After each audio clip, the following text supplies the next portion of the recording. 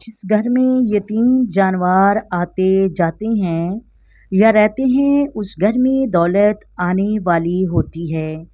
समझें आप अमीर होने वाले हैं जिस घर में यतीम जानवर रहते हों या बहुत ज़्यादा आते हों या आप उनसे प्यार करते हों तो आपके घर में दौलत आएगी, बरकत आएगी। आपके घर से गुर्बत हमेशा हमेशा के लिए ख़त्म हो जाएगी। वो 3 जानवर कौन कौन से हैं? सबसे पहला जानवर बिल्ली है। जिस घर में बिल्ली आती हो या बिल्ली को आप कोई चीज़ खिलाते हों तो इस चीज़ से घर में बरकत आती है। नंबर 2, जिस घर में चिड़िया आती हों या चिड़िया ने घोंसला बनाया हो, यानी कि आपके घर में रहती हों, आप उसको दाना डालते हों।